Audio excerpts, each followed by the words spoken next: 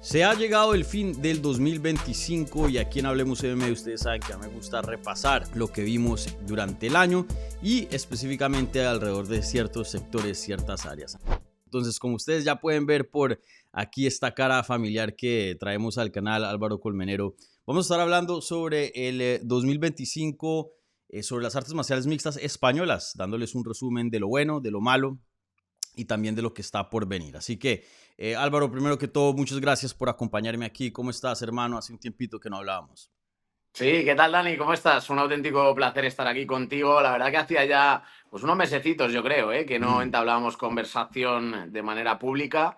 Y nada, con ganas de hacer repaso a la actualidad. Ha sido un buen año para las MMA hispanas, vamos a decirlo ahí, especialmente también para las MMA españolas, porque no solo hablamos de los luchadores que tenemos en UFC, que no son demasiados, eso es una pena, pero que creo que va a seguir aumentando, sino también para el ecosistema de España, que ahí sí que te puedo arrojar algo de luz, Dani, pero hay algo que es muy público y que ha llegado o ha impactado de manera internacional o mundial, que es la entrada de Cristiano Sí. Ronaldo en el ecosistema de las MMA en España. Eso creo que va a ser el inicio de una nueva era que va a partir en 2026 y que creo que va a impactar de una manera muy positiva ya no solo a las MMA españolas, sino mínimo a las MMA europeas, y yo creo que va a ser algo global, puesto que la mayor superestrella que hay deportiva mundial es Cristiano Ronaldo. Entonces hay Sí, mucho que analizar. el bicho. Sí. El bicho, el bicho. Sí. Bueno, y ya más adelante hablaremos de eso. Quiero enfocarme en casos específicos para el comienzo de este video y ya terminar con algo un poco más general y precisamente hablar de lo que está sucediendo en España regionalmente hablando, ¿no? No solo de UFC y todo eso. Pero entonces, empecemos con la figura más grande de España, sin duda, y una de las figuras más grandes de este deporte, Ilia Topuria. Un año, pues, relativamente, pues, exitoso, ¿no? Bien exitoso, obviamente, conquista el cinturón de las 155 libras, noqueando a Charles Oliveira, pero, pues, vino acompañado con bastante inactividad. Eh, ¿Cómo pondrías el año de Ilia Topuria en contexto general? ¿Bueno, malo, normal? ¿Superó tus expectativas entrando al 2025? Bueno, yo creo que hay que diferenciar, ¿no? Aquí hay dos puntos a analizar. Por un lado está la trascendencia del éxito logrado y por otro lado está la actividad. Si me preguntas a nivel actividad, a mí me habría gustado que hubiera habido una pelea más, al menos en la temporada 2025. Es decir, otro combate en diciembre creo que habría sido Mm. una guinda del pastel como para que estuviera en la conversación. Ya lo está en parte, pero para que estuviera en la conversación del peleador del año. Ahora, aunque sea un único combate, la trascendencia del logro creo que es histórico y es muy épico, ¿no? Que es entrar en el selecto grupo de los dobles campeones de la UFC. Él fue el 10º, luego llegó Islam Makhachev y el pasado mes de noviembre se convierte en el 11º, pero eso quiere decir que en todas las épocas de la UFC, solo que son 32 años, solo ha habido 11 peleadores que han logrado hacerlo. Entonces, que uno de ellos haya sido Ilia Topuria creo que es muy épico. Además de la manera en que lo logra, ¿no? Sí. 2 minutos y medio necesitó apenas para noquear a Charles Oliveira, una leyenda del deporte. Eso hace que, si lo ponemos en balance, es un buen año para Ilia Topuria. Ahora, el hecho de que solo sea un combate a lo largo del año, pues quizá siempre pudiéramos pedir un poquito más. En cualquier caso, creo que es un buen año para el impacto que haya tenido Ilia Topuria en el deporte, también para el impacto que ha tenido en España, aunque obviamente 2024 fue el mejor año, puesto que abrió la barrera del nicho al vencer a Volkanovski y defender contra Max Holloway. Creo que podemos decir que ha sido un buen año para Ilia Topuria al convertirse en doble campeón y que todavía es el actual campeón del peso ligero. ¿Más actividad? Sí, a mí me habría gustado más actividad, pero sucede lo que no es ningún secreto, ¿no? Y Mm. es que ya en la recta final del 2025 empieza con unos problemas personales debido a la separación, ¿no? De lo que ya es su expareja y que le ha llevado pues a lanzar incluso un comunicado que es público también, en el cual se hablan de asuntos muy graves y que han hecho que eso suponga un parón en la carrera. Porque, Dani, yo ya lo fui informando y dije que los planes de apertura del contrato de Paramount de la UFC era Ilia Topuria contra Paddy Pimblett. Y luego se ha demostrado que así era, porque se crea un cinturón interino en el cual entra en la jugada Justin Gaethje simplemente porque Ilia Topuria no estaba a disposición de defender su cinturón debido a todos estos problemas que pues afectan a nivel mental, a nivel Claro, sí, sí. preparación, incluso donde en su casa tenía un gimnasio, etcétera, ¿no? Entonces, Creo que bueno, en definitiva, ha sido buen año para Ilia Topuria, pero que 2026, si logra encauzar toda su situación personal, creo que va a ser mejor. Sí. El 2024 obviamente fue un año brutal para la carrera de él y fue cuando lo vimos pues mostrar el cinturón en el Bernabéu y todo eso y pues hubo un boom bien grande. Pues el 2025 deportivamente hablando pues conquista otro cinturón en otra categoría, obviamente grande, pero ¿cómo es visto él hoy día en España? Porque se ha calmado un poquito los humos, se han bajado un poquito de la fanaticada o sigue siendo una persona muy mediática que pues se habla como se hablaba en el 2024. No, es totalmente mediático. Digamos que este año lo que ha ayudado es a consolidar su imagen de superestrella, pero es una superestrella nacional. Eso es indudable. Bien es cierto que los aficionados deportivos, pero no asiduos a este deporte, quizás no comprendan bien la falta de actividad, ¿no? No comprendan Mm, bien que un peleador pelee una vez al año. Y, por supuesto, cuando más estás en la pomada, cuando más estás en los titulares, en las portadas, es cuando hay un éxito deportivo a lograr o ya logrado, ¿no?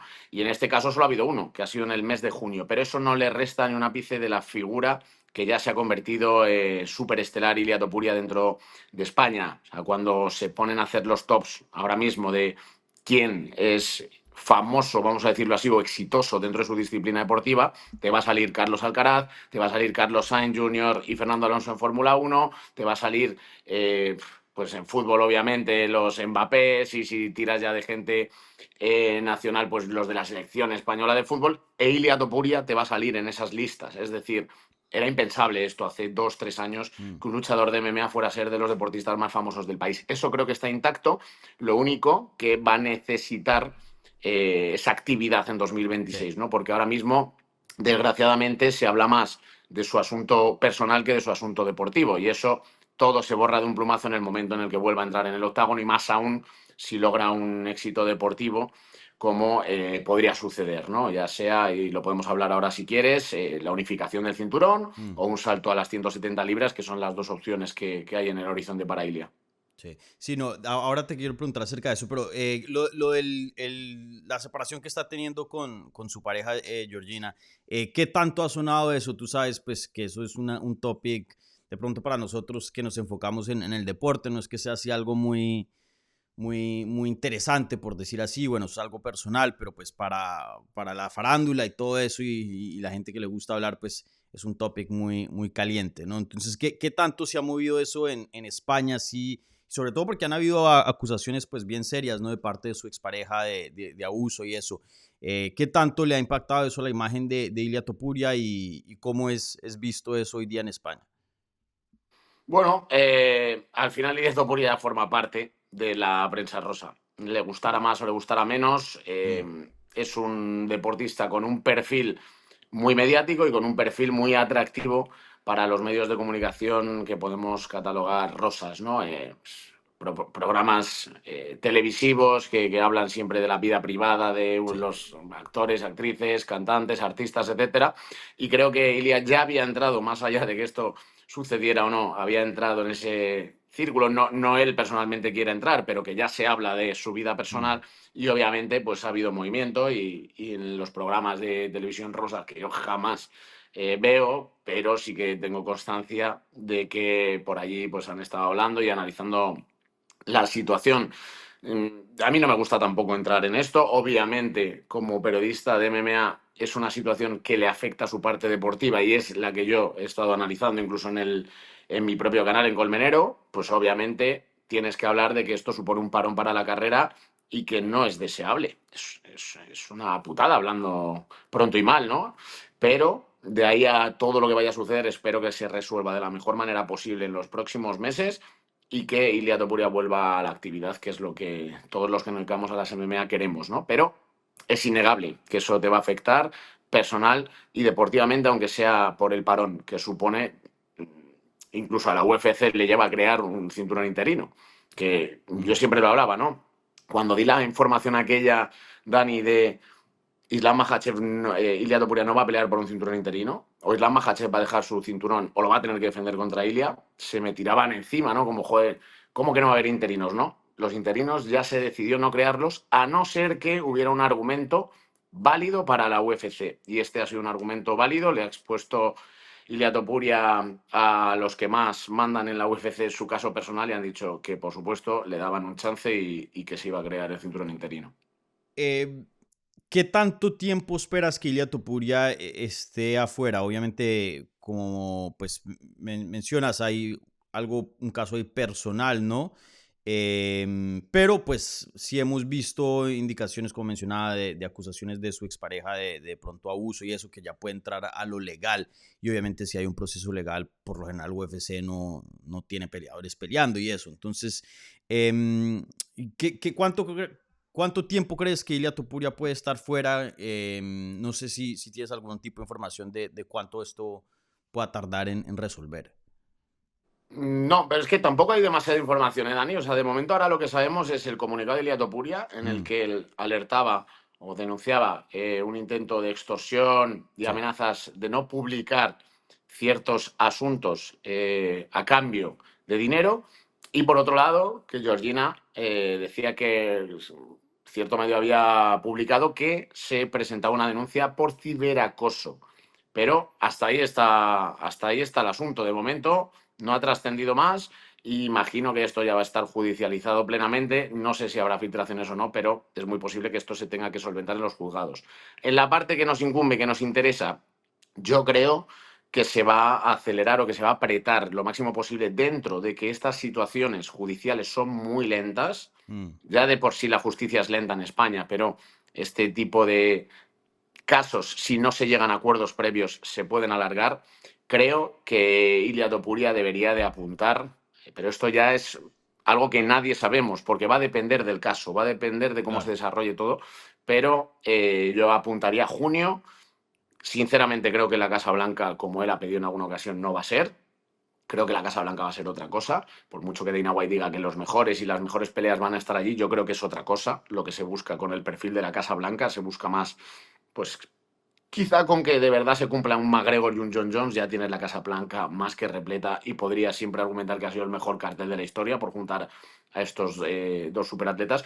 Pero yo creo que sí que una International Fight Week en Ujú. junio, a finales de junio, puede ser una fecha más que interesante para que Ilia Topuria volviera. Yo esa es mi apuesta, pero ya te digo que es más analizando un poco cómo se pueda ir dando, pero dependerá de realmente cómo se vaya desarrollando el acontecimiento de su asunto personal.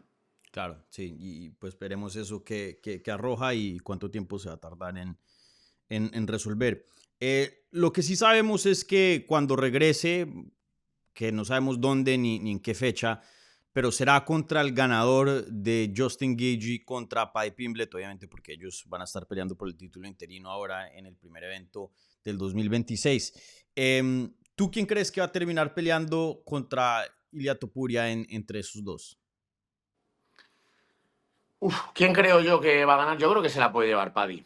Es una pelea que no hay que dar por muerto ni muchísimo menos a Justin Gaethje. Siempre tiene fuego en el alma. He estado escribiendo yo un libro que ya he publicado de la historia de la UFC, se llama Salto al Octágono, y me he tenido que repasar muchos combates, ¿no? Y entre ellos tuve que ver algunos de Justin Gaethje. Y aunque ya no sea el mismo, no podemos dejar de ver las peleas que hace, ¿eh? No hace una pelea mala como tal. Puede perderlas, se expone mucho, puede ser noqueado. Pero todos son guerras, pateos duros, manos duras, ir hacia el frente. Creo que tiene sus chances. Justin Gaethje tiene sus Sí. chances. Ahora, yo creo mucho también que en este deporte muchas veces, y a veces me equivoco, pero la gran mayoría de veces va de timings, va de momentos, ¿no? Va de picos de carrera. Y ahora mismo Paddy Pimblett se encuentra en el mejor punto de su carrera profesional. Creo que si sacamos las herramientas, Paddy tiene más herramientas. Se habla mucho de la lucha de Justin Gaethje, pero luego no se la hemos visto utilizar. El suelo creo que hay que darse clarísimamente a Paddy Pimblett. Y arriba se ha visto una gran evolución en el striking de Paddy. Creo que es una pelea igualada. No te voy a decir que sea muy favorito Paddy, pero creo que sí que tiene las herramientas para llevarse el combate. Ahora, sí que te digo una cosa, Dani, por los comentarios que he ido escuchando hacer al propio Justin Gaethje en la entrevista con Carlos Legaspi o en otras ocasiones, en otras entrevistas que ahora no recuerdo, no puedo citar, en el que ya se enfocaba hacia el BMF, hacia lo que pase con Charles y Max. Yo creo que aquí va a haber dos caminos. Si gana Paddy o si gana Justin. No va a ser lo mismo. Si gana Paddy, tengo muy claro que es el combate a hacer. Se lo pondrían en bandeja a la UFC. Ilia Topuria, Paddy Pimblett, unificas cinturón. Si gana Justin, creo que podríamos estar viendo otros movimientos. Ahora, Mm. habrá que esperar. Esto es un combate que va a decidir el futuro de Ilia Topuria a todas luces.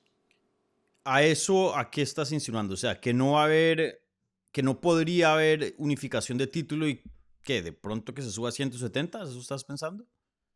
Yo estoy pensando que sí, acorde a los comentarios que ha hecho, si ves las respuestas que ha ido dando Justin Gaethje piensa mucho en lo que pueda pasar en el BMF.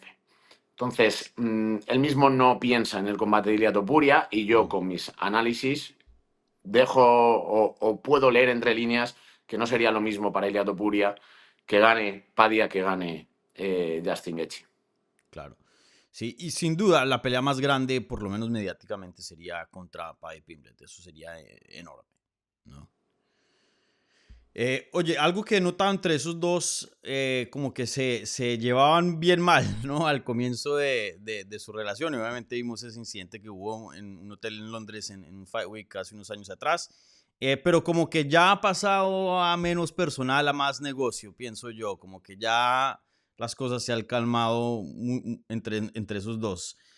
¿Correcto o crees que sí todavía sigue ahí una cuestión personal entre esos dos? No, estoy bastante de acuerdo con lo que dices. Yo creo que se caen mal. Eso son dos personalidades totalmente contrapuestas y son dos personas con diferente pensamiento, incluso quizá teoría cultural o manera de entender las cosas. Creo que nunca se van a llevar bien.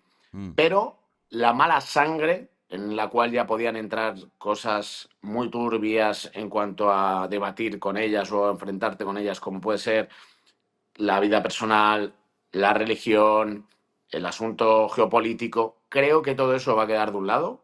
Creo que va a haber un pacto de caballeros y se van a dar caña si llega el momento. Se van a seguir dando caña, no se van a caer bien, pero se va a intentar no traspasar ninguna línea roja. Yo creo que sí, yo creo que ha cambiado la cosa. Igual que antes era muy personal, ahora empieza a ser algo más de negocio y más deportivo. sí. Quizá también vaya con un poco la madurez de cada uno y con el avance y con las situaciones de cómo se va desarrollando todo y que son conscientes que al final, y esto es importante, también son referentes y son ejemplos. Sí. Y aunque un deportista no tiene por qué serlo, no está obligado, creo que es muy bueno que lo sea. Y ambos tienen muchos seguidores y muchos seguidores que son niños y que es gente joven. Y creo que hasta cierto punto tienen que equilibrar lo que es el trash talk y lo que es vender la pelea con intentar dejar una imagen o una inspiración para las nuevas generaciones. Sí, estoy de acuerdo. Para mí, ya hablando a un futuro, y no sé exactamente cómo sea el camino para que se llegue ese futuro que te voy a mencionar, pero para mí la mejor pelea que UFC puede hacer hoy día, de pronto no la más grande, pero la mejor pelea en cuanto a combate puro, es Ilia Topuria contra Islam Makhachev. Creo que el momento que esos dos se trepen en una jaula y peleen, ese es el día que, pues hasta ahora, hasta esta fecha, veremos el nivel más alto de artes marciales mixtas en la historia, ¿no? Vendrá a futuro, pues siempre el deporte va mejorando, vendrán otros mejores en unos años, seguro, pero hasta este momento serían los dos mejores peleadores actuales con la técnica más avanzada combatiendo, ¿no? Para mí esa pelea la quiero ver sí o sí en el 2026. Pero como te mencionaba, pues se complicó un poquito las cosas, ¿no? Con Makhachev subiendo a las 170 libras, muchos contendientes ahí en espera. Ilia Topuria, pues ahora con una pelea, esperando que se resuelva la pelea del interino, que pues yo sí pienso que sea Gaethje o sea Paddy, va a tener que pelear con alguno de esos dos. ¿Cuál crees que cuál crees que sea el camino tú para Makhachev Topuria y crees que ese camino pueda que se abra y se dé para el 2026? Pues mira, Dani, yo tengo algo muy claro. Y es que han estado muy cerca de poder cerrar en la pelea. No se ha dado, pero los dos han seguido ganando. Y con lo cual se está haciendo más grande la pelea aún. Mm, Si esa pelea se diera, y sería lo más lógico ya hoy en día, en las 170 libras, el combate sería más grande aún, porque tendría la posibilidad de Ilia Topuria de convertirse en triple campeón, algo que no ha hecho nadie. Competitivamente, aunque entiendo, y ahora hablamos de ello si quieres también, que Arman Sarukian también es una competencia muy dura para Ilia Topuria, Sí. una pelea que a mí me gustaría ver en algún momento. Creo que la pelea más grande que se puede hacer actualmente, y dicho por muchos expertos, peleadores, expeleadores, entrenadores, es la de Ilia Topuria contra Islam Makhachev. Además, nos da la razón el ranking libra por libra, número 1 contra el número Mm. 2. Es cierto que un Alex Pereira, John Jones sería una pelea increíble, histórica, por supuesto. Hay peleones, pero peleones que se pueden hacer. Pero el Makhachev, Ilia Topuria creo que es una de ellas. Y creo que la UFC no se podría perdonar no hacer este combate en algún momento. Es por ello que aunque creo que todavía tiene que ir alguna defensa de Islam Makhachev por delante, y ahí ya abrimos otro melón, que es el de si Ian Garry, Michael Morales, que hay gente apretando. De hecho, el propio Islam decía, creo que era Michael Morales, no lo sé, no me dijeron el nombre, ¿no? Cuando me ofrecieron pelear en enero para intentar salvar esa cartelera de Paramount. Y luego Kamaru Usman, que como todo el mundo sabrá, comparte manager con Islam Makhachev, y ahora Makhachev está diciendo que es un peligro real, que si es posible, Mm, claro. Un poco influenciado por Ali, que quiere un win-win, quiere que claro. sus dos representados disputen el cinturón del peso welter, y me parece lógico, es su trabajo hacerlo, ¿no? Yo creo que una de esas tres debería de ser la siguiente pelea de Islam. Creo que debería de ganar Paddy Pimblett y que unificara con Ilia, y después de todo esto creo que se quedaría un escenario perfecto para que el siguiente contendiente esperara en el welter y se terminara por hacer este combate, porque es una oportunidad de one shot, si no se te puede volver a Mm, enredar y que no aparezca nunca. ¿Es meritocrático? Yo te puedo llegar a decir que no, no es meritocrático. Es muy posible, o creo fielmente, en que Ilia Topuria debería de pelear en algún momento, porque a mí me apetece ver ese combate y porque me parece que es competitivo, aunque entiendo que a nivel negocio no, que es ahora donde vamos, el de Ilia Topuria Arman Sarukian. Y me gustaría también que no se bloqueara la división del peso welter. Pero ahora me pongo del lado de la UFC y hay que recordarlo. Y cada vez más, y lo dijo hace poco Javib, cada vez más la UFC es un negocio y no un deporte, entendedme. Cada vez más es importante que las peleas en las que más venden, porque cada vez hay más inversores, porque cada vez hay que devolver más dividendos y quieren rentabilizar más la compañía. Y hay que entender la UFC como lo que es, una liga privada. Una liga deportiva, sí, referente mundial, pero es privada. Entonces, no es lo que los aficionados solo quieran, sino lo que la UFC vea que puede ser más rentable para la compañía. Es por ello que se ha dejado fuera de la ecuación a Arman Sarukian, porque consideran que, sobre todo, está castigado todavía por la que lió, de bajarse de la pelea estelar por una lesión y luego hizo ahí una treta, bueno, nada agradable para la UFC. Y por otro lado, pues porque, bueno, pues al final es un negocio y consideran que Arman no es lo suficientemente mm. mediático o que la pelea Paddy Islam es más mediática para Ilia. Y por otro lado, en el peso welter, pues posiblemente haga lo mismo.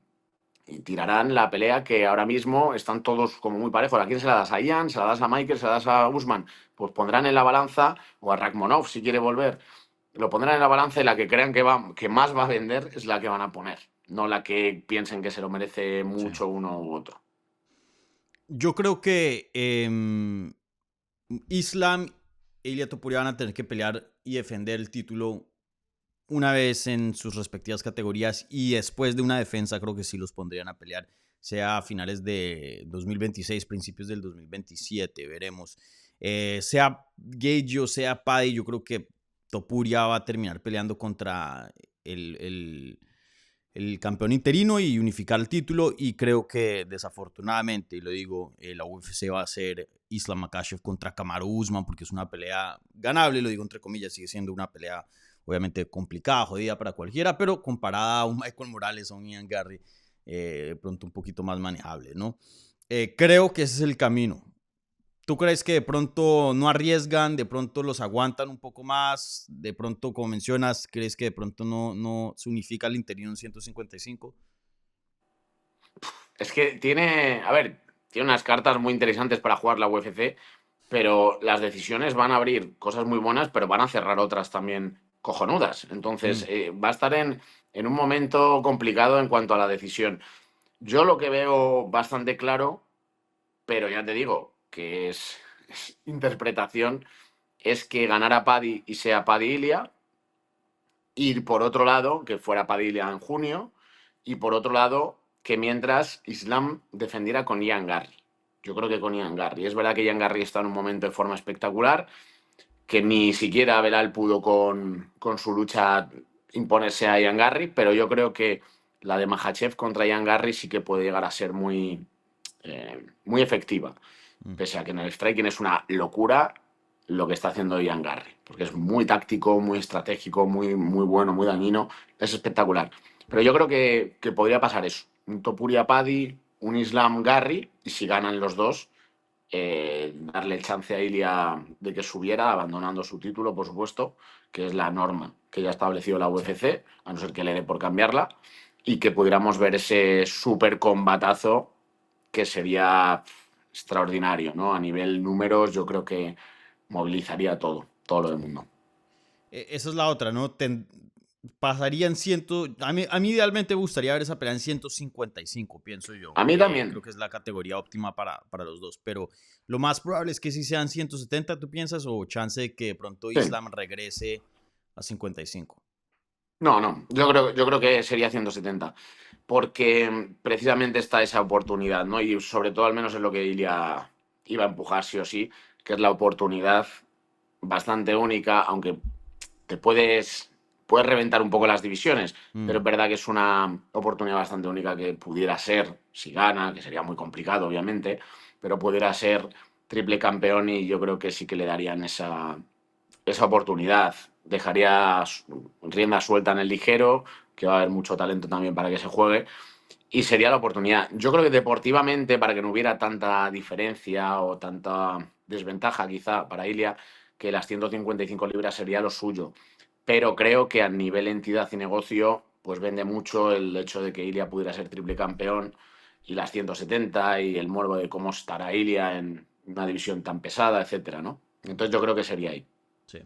Sin duda, el año de Ilia Topuria para 2026 está muy, muy interesante y es una ficha clave para UFC. Veremos cómo sucede todo esto, ¿no? Hay muchas pequeñas decisiones que van a depender, creo que un futuro muy grande para Ilia Topuria, así que veremos qué pasa ahí. Oye, quiero pasar la página a otro campeón, de pronto no tan conocido, pero de todas maneras campeón, Costello Vanstenis, que pues es campeón de PFL de las 185 libras. Con origen holandés, pero ya viviendo en España mucho tiempo y habla español perfectamente, lo he entrevistado, me imagino que tú también. Eh, Campeón de PFL, PFL ahora regresa, PFL Madrid ahora en marzo, donde él va a estar peleando. ¿Qué tanto ha sonado Costello? Porque obviamente campeón, tocarle su respeto, tremenda victoria que tuvo sobre Johnny Eblem en el 2025, pero pues PFL, UFC sí hay una diferencia entre las dos compañías. Sí, hay diferencia. Mira, el primer periodista español que entrevistó a Costello fui yo Ok. en 2018, por ahí. No recuerdo 2017, 2018, no me acuerdo muy bien. Él estaba en Bellator y era un total desconocido aquí en Mm. España. De hecho, conté yo su historia. Él estaba residiendo en ese momento en Holanda, estaba entrenando con Gegard Mousasi y le puse un poquito en la órbita y tal. Y realmente hasta hace un año por ahí, en España no se le tenía tan en cuenta, es la realidad. Cuando ya se acerca el título, PFL se queda con Bellator y empieza ya a estar en peleas de contendiente, ya los medios de comunicación y crecen con todo este boom Topuria, también se acercan a contar su historia y ahora sí que es verdad que es un tipo muy reconocido y conocido en España y querido, porque es un Sí. tipazo además. Y ahora sí que está sonando mucho. Para mí la llegada de PFL a Madrid es una incógnita, pero creo que sí que va a haber un buen arrastre. Se hace en el Palacio Vista Alegre, no es uno de los escenarios o de las arenas más grandes que hay aquí, es una arena donde ya ha estado WOW en bastantes ocasiones y me parece igual en su último evento. Me parece una arena bastante vendible, es decir, es grande, tiene 8.000 nueve Ok. mil espectadores, que ya está bien, pero habrá que ver, porque una de mis incógnitas del éxito o no de PFL es el precio de las entradas. Han puesto unas entradas caras, no Mm. solo en la zona VIP, sino unas entradas caras a nivel general.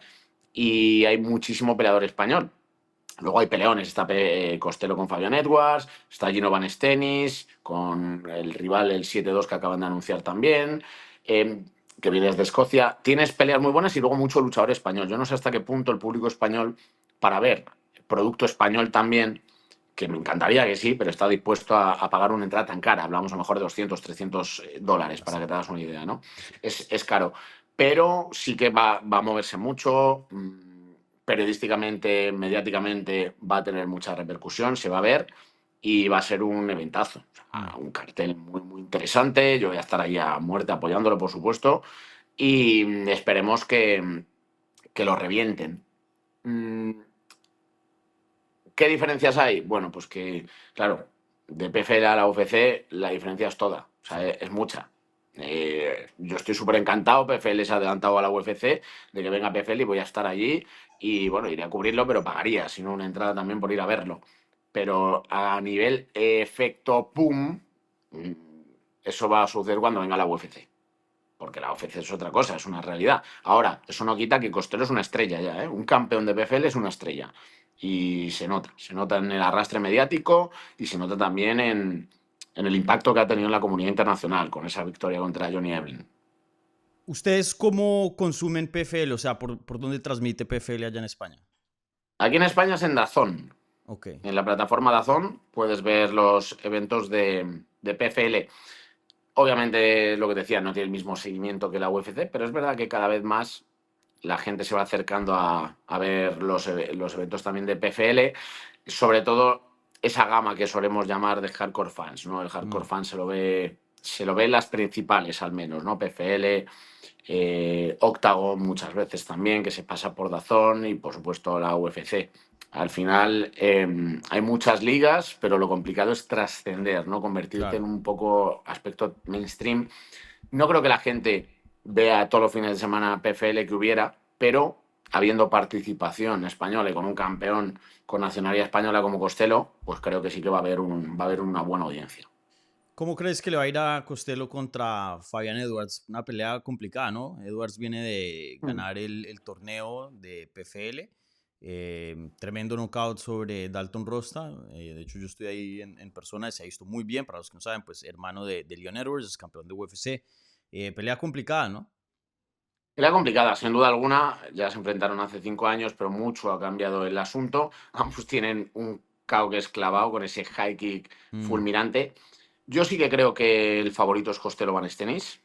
Creo que ha ajustado mucho, tengo constancia que ha ajustado mucho desde la pelea contra Johnny Eblen, que era una pelea que la tenía perdida prácticamente y que la sí. remonta, ¿no? En el último suspiro. Pero sí que le veo con habilidades suficientes.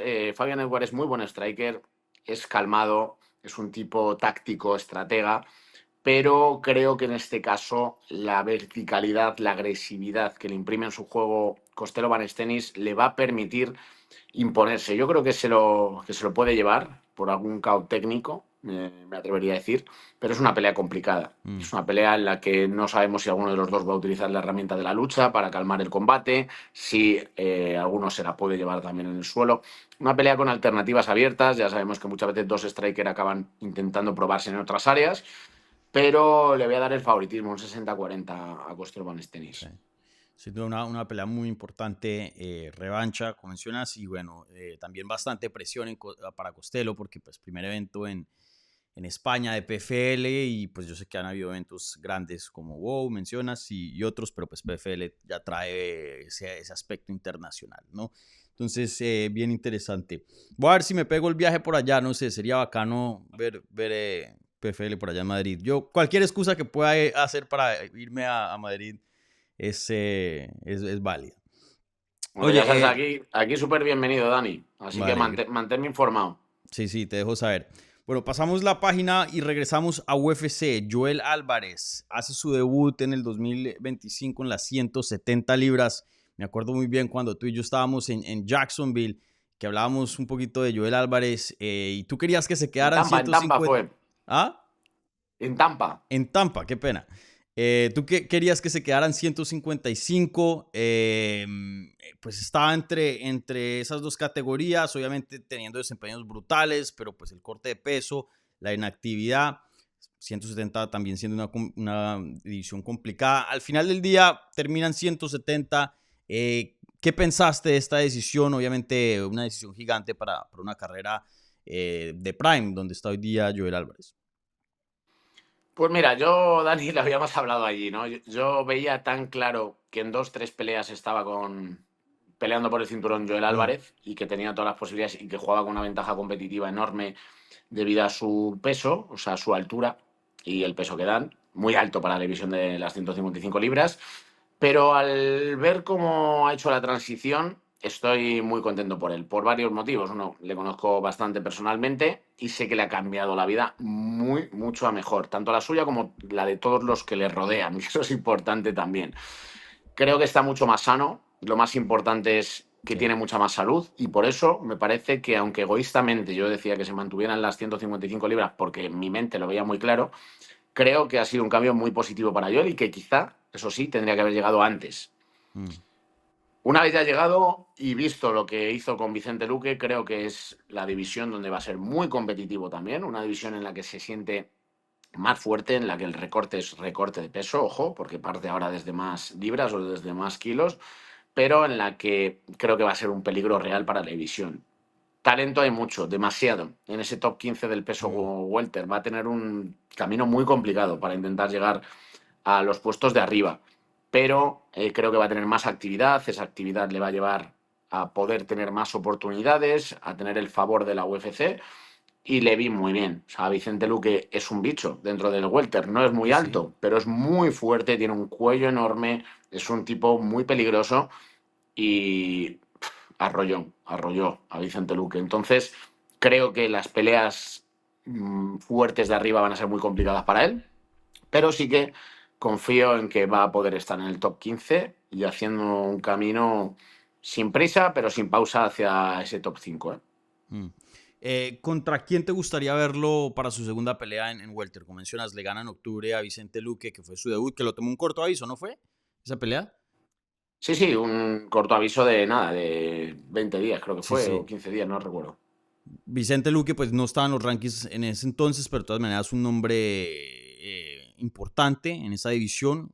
Consigue victoria, que en mi opinión debió ser un knockout técnico, ahí lo robaron, pero bueno, se termina ganando una decisión.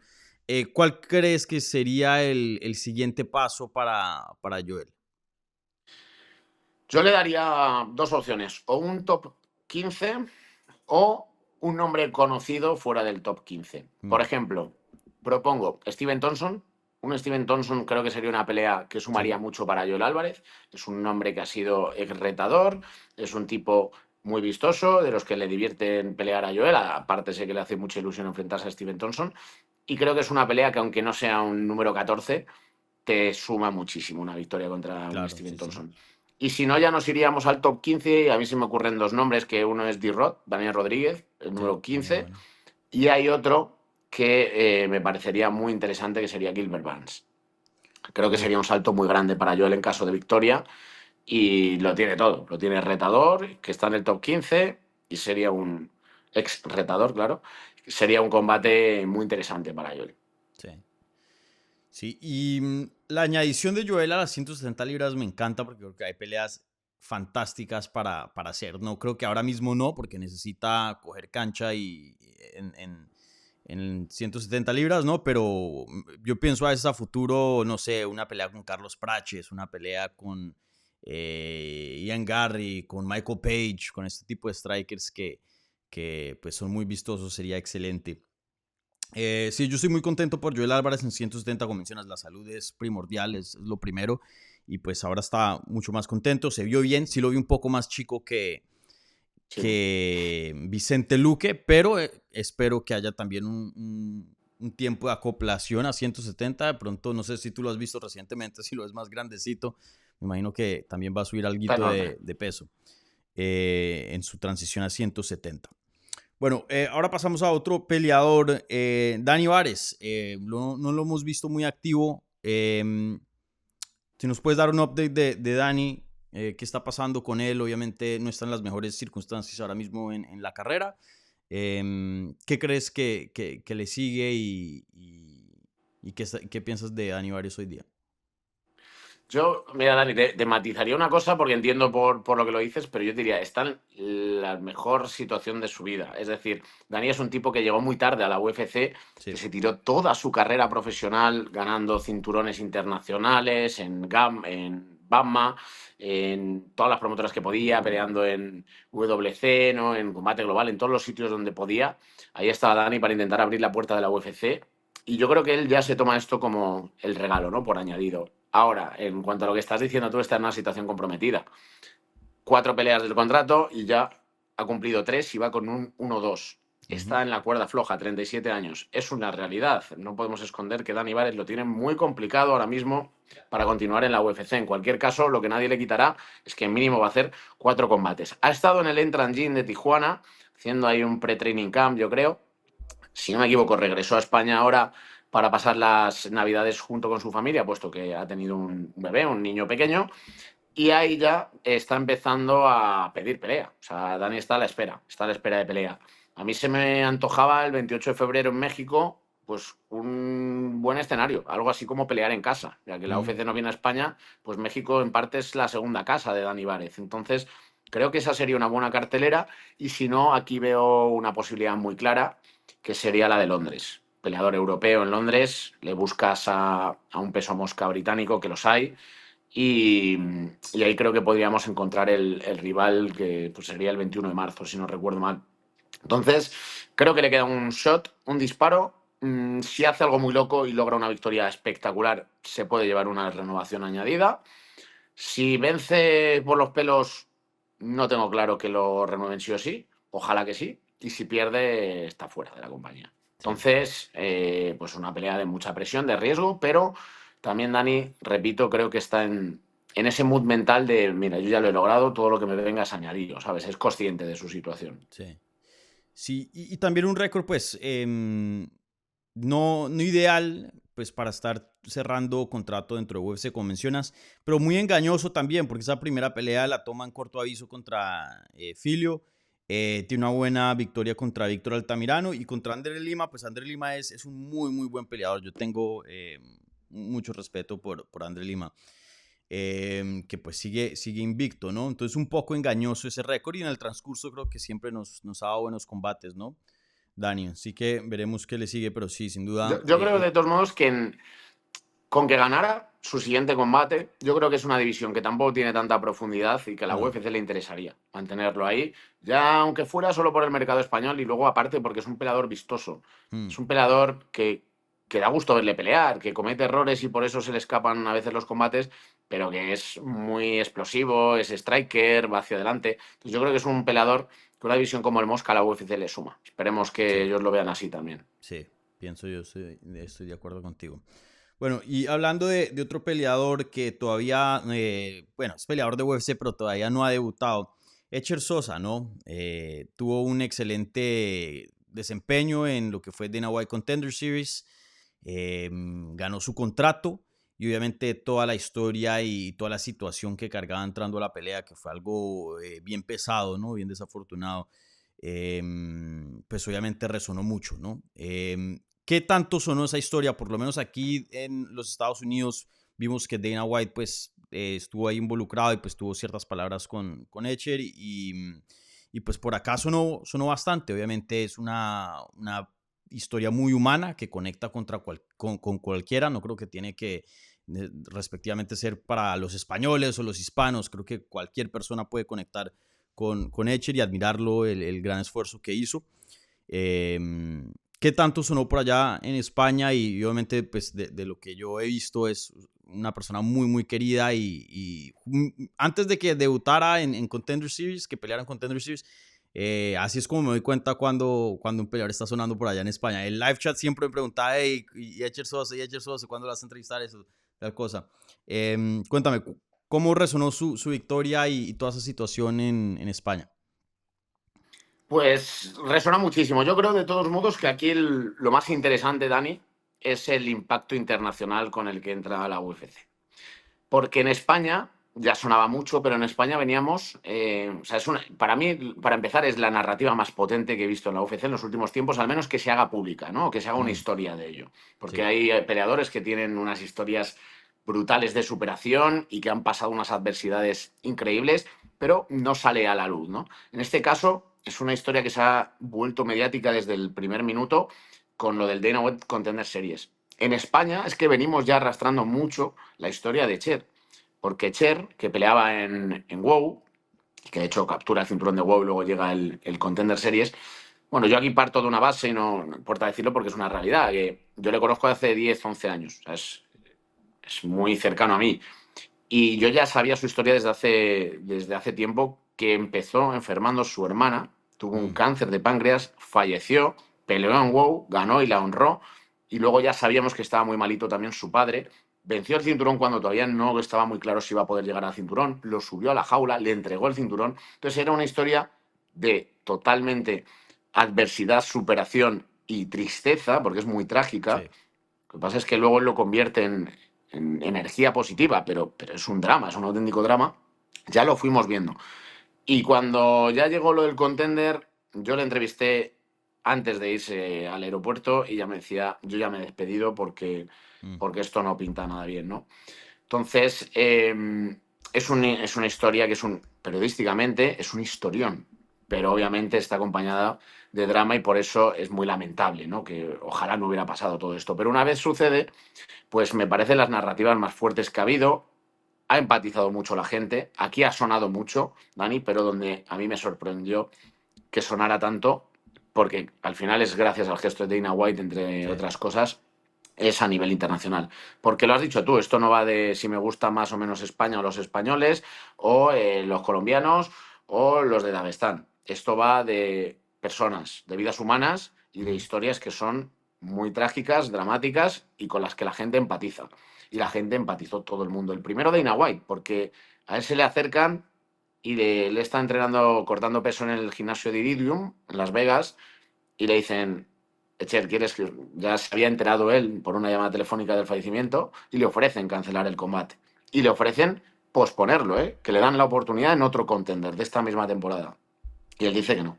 Dice que ya está allí, que su padre ha dejado su cuerpo para viajar todo el océano Atlántico, ir hasta allí con él y que va a pelear por su padre. Y pelea, le dice a la UFC que para adelante. Pelea, hace un peleón. Obviamente él siempre busca la finalización, pero es una victoria arrolladora cuando era underdog en combate estelar de Underdog, sí. contender. Y pasa lo que pasa, que Dana White se le acerca para trasladarle toda su felicitación y su apoyo, pero además le da una nota que ya es historia del contender. Jamás había hecho eso Dana Mm, White. Entonces trasciende muchísimo. Y lo primero que hace la UFC cuando Cher vuelve a España es ponerle un equipo de cámaras. Y están armando un documental con su historia. O sea, Cher está entrando ya no como por encima de cualquier otro español, sino sí. por encima de cualquier otro peleador en la UFC. Entra con una historia y la UFC son historias. Entonces creo que si le acompañan los resultados deportivos, a Cher se le va a intentar hacer grande más pronto que tarde.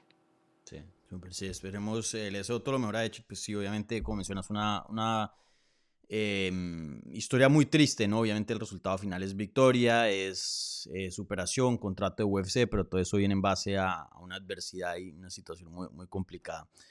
Em, y bueno, ahora pasando la página a otro peleador, y ya ahora te pregunto de cositas generales y quiero aquí no tardar mucho tiempo en este peleador y me gustaría idealmente tardarme más tiempo, pero Alexandre Topuria, oye, yo no sé por qué, pero yo pensaría que el hermano de Ilia Topuria, el número uno o de pronto número dos libra por libra, de pronto como lo tengas tú, campeón de dos divisiones, etcétera, etcétera, de pronto que UFC le hubiera puesto un poquito más de músculo y que hubiera, no sé, resonado un poco más dentro de la compañía. Obviamente le está yendo muy bien, tiene un buen récord, 7-1, dos victorias dentro de UFC. Pero no sé, dime tú, no sé si me estoy perdiendo algo yo, pero me parece que mediáticamente ha habido un poquito de una falla de ahí de una oportunidad para hacerlo una figura más grande, porque me parece un peleadorzazo. Creo que tiene potencial para ser campeón, para ser contendiente al título. Pero pues los vemos en las preliminares y no sé, yo mediáticamente no he visto como que mucho alboroto alrededor de él. Bueno, aquí Dani hay dos cosas muy claras. La primera es que era su segunda pelea en la UFC. O sea, por mucho que sea un apellido ya de un doble campeón y vengas con mucha expectativa, es una segunda pelea. Tampoco puedes... Sí, se han podido hacer cosas así, pero cuando viene Alex Pereira de ser campeón de Glory y le aceleras la carrera, ¿no? Pero ya vienes con otro background.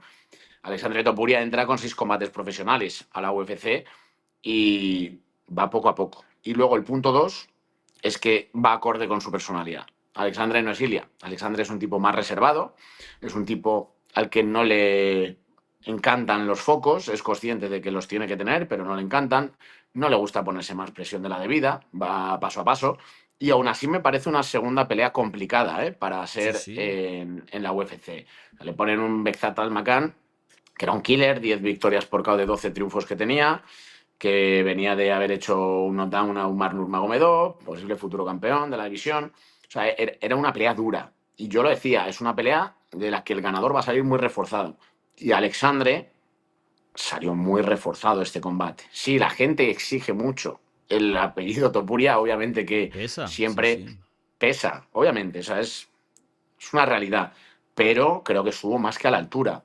Que pudo haber finalizado. Pero es que él es así, es estratega, es táctico, es más calmado, es más de ir conquistando poquito a poco, mientras que Topuria es más, Ilia Topuria es más de buscar el caos al momento, ¿no? En cuanto puede. Pero son diferentes estilos, ambos válidos y ambos muy positivos para cada uno de ellos, porque son el que ellos mismos se han construido. Entonces creo que todo está siguiendo su curso. Creo que ahora va a ir abandonando poco a poco las preliminares. Creo que es una victoria que le refuerza y recordemos que es una segunda victoria. Que es que va a ir a por su tercera pelea en la UFC y aún así creo que ya va a entrar en los main card. Y sí que tengo bastante incógnita por ver quién es el siguiente nombre. Porque hay que entender otra cosa, Dani, de esto siempre hablo yo porque hay mucha gente que no lo entiende. Los peleadores buscan rentabilizar al máximo sus carreras. Los peleadores empiezan con contratos relativamente bajos. Mm, Los peleadores no quieren rápidamente grandes nombres con ese tipo de contratos. Ellos prefieren ir, es verdad que a veces tienes 4 peleas, ganas 2 y te renuevan. Y ya renova el contrato. No sé en qué momento está ahora, si le han renovado contrato o no. Pero si no se lo han renovado, no va a querer un top 10 ahora mismo, aunque se lo echaran, porque te están pagando muy poco por el riesgo del combate que te claro. ponen por delante. Entonces, no me extrañaría que Alex vaya a querer ahora algún otro nombre de fuera del top 15 poquito a poco y buscar una renovación de contrato a lo alto, a lo grande, para que Ujú. luego ya lleguen los grandes nombres si sigue ganando, ¿no? Eso hay que tenerlo muy en cuenta. Entonces, creo que va poquito a poco y va siguiendo su ritmo y muy bien. Sí, son 2 victorias por decisión, pero son 2 victorias, que al final es lo que cuenta en la UFC. Sí, sí, sí. Un 2025 muy exitoso, 2-0, se vio muy, muy bien. Para mí, yo pienso que él tiene un potencial brutal, brutal, brutal, brutal. Yo pienso que sí puede pelear por un título. Yo pienso que es un peleador muy versátil, lo sabe hacer todo. Rara vez lo vemos cometiendo algún tipo de error. Muy, muy disciplinado, como mencionas. ¿Tú crees que se quedan en 135? Porque, mira, yo veo a Ilia Topuria y a él y los veo como del mismo tamaño, pero las categorías de ellos son 20 libras aparte, ¿no? Uno en 35, el otro en 55. ¿Tú crees que él se queda en 35? Sí, yo creo que sí. Yo creo que a corto plazo sí. Y que en caso de que se diera el momento en el que Merab fuera campeón, que ya no lo es, y él fuera a atacar el cinturón, pues quizás sería Merab el que subiera al peso pluma, que no tiene tampoco intención de momento. A no ser que el cuerpo dé alguna señal de que no puede, en principio van a apurar a las 135 libras. Les está saliendo bien. El recorte, siendo duro, está siendo un recorte exitoso en todo momento. Y hasta donde tengo entendido, no hay ninguna intención de cambiar al peso pluma a corto plazo. De hecho, si se le diera todo bien, eso te abre la ventana, ¿no? De si no abandonas ya el peso gallo, quién sabe, si se te diera todo bien, que hay que ir muy paso a paso, ya tendrías esa opción de ser campeón en 2 divisiones, ¿no? Si la abandonas ya, te centras en el pluma, ya lo lógico es que fuera solo en el pluma, ¿no? Eh, la gente los ve muy parecidos, pero de altura quizás sí, de apariencia también, pero hay que tener en cuenta la densidad ósea, lo que pesa el cuerpo como tal, ¿no? Ilia Topuria es más que obvio que le pesa más los huesos, vamos a decirlo así, que tiene más densidad y que por eso pesa bastantes libras más siendo parecidos físicamente. Pero bueno, respondiendo a la pregunta, yo creo que sí, en el gallo, Mm, de momento hasta nuevo aviso. sí. Sí, veremos qué le sigue. ¿Sí o no? Alexander Topuria entra a los rankings de las 135 libras en el 2026. Sí, sí, sí. De acuerdo yo. Y espero que de pronto UFC le ponga un poquito más de recursos promocional a él, mejores lugares en la cartelera, más vistosos, etcétera. Porque mira, y no es una crítica, es deseándole bien a Alexandre, ¿no? Pero yo vi más hype para, por ejemplo, un Pereira entrando a UFC o un Bo Nickel, que tenían pues mucho menos experiencia en las artes marciales mixtas, que en ese entonces se veían productos eh, pues menos calidad, hablando de técnicamente. Yo veo de Alexandre Topuria un peleador muy, muy completo. Tienes a, pues, ese hermano de Ilia Topuria, el campeón, no sé, no sé, creo que debería ser como que una figura un poco más grande y más, no sé, más trabajada por UFC.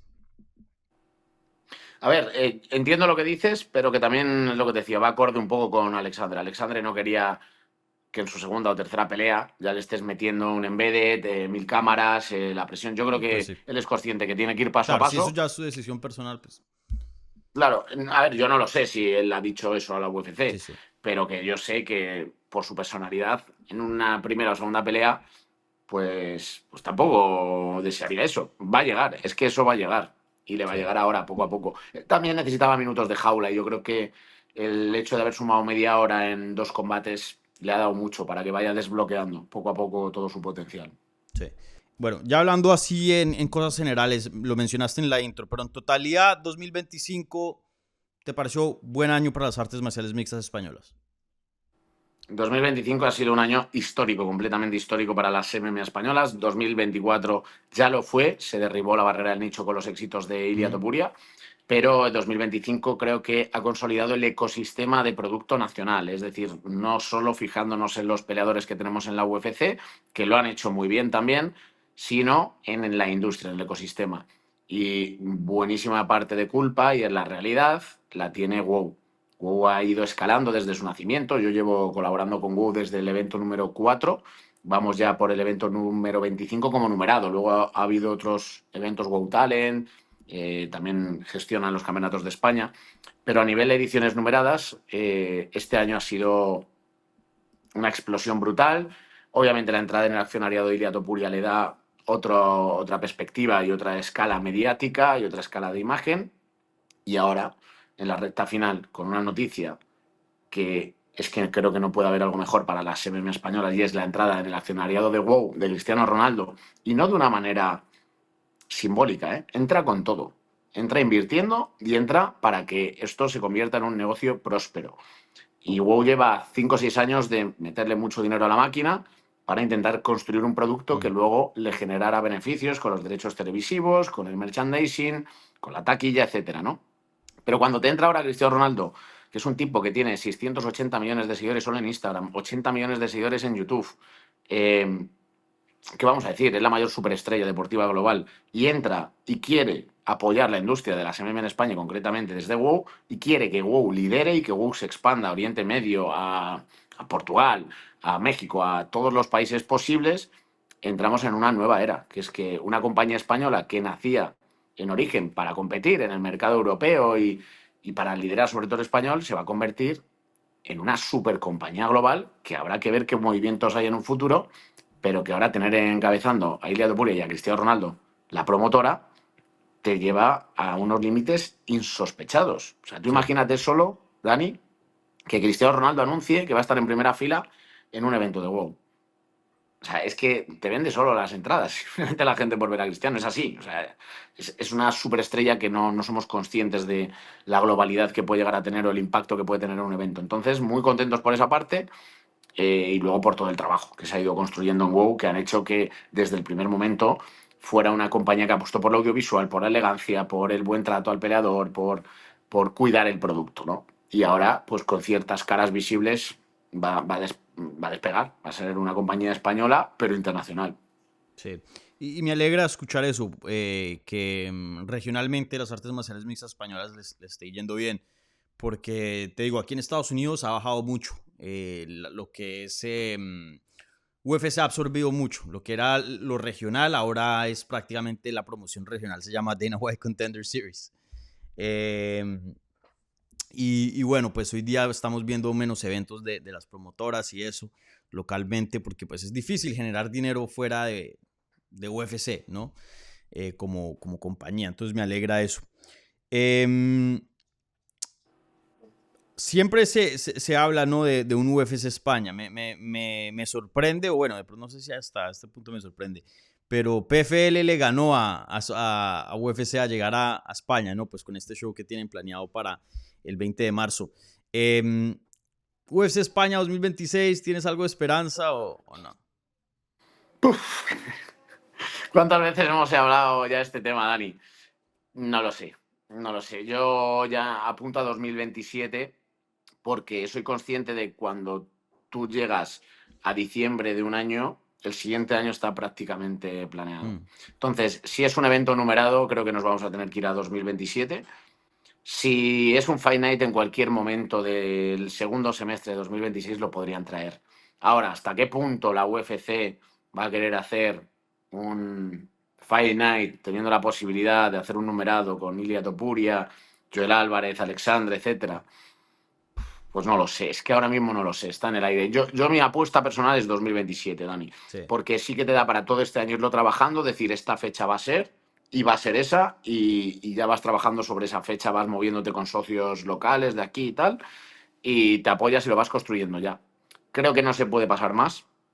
No es que vayan a caer las MMA en España, pero es que es el momento, es el momento. O sea, es que viene PFL, que a la UFC no creo que eso le importe, la verdad. Quiere venir Cage Warriors, que es la compañía decana de las MMA en Ujú. Europa. Quiere venir en un momento Octagon.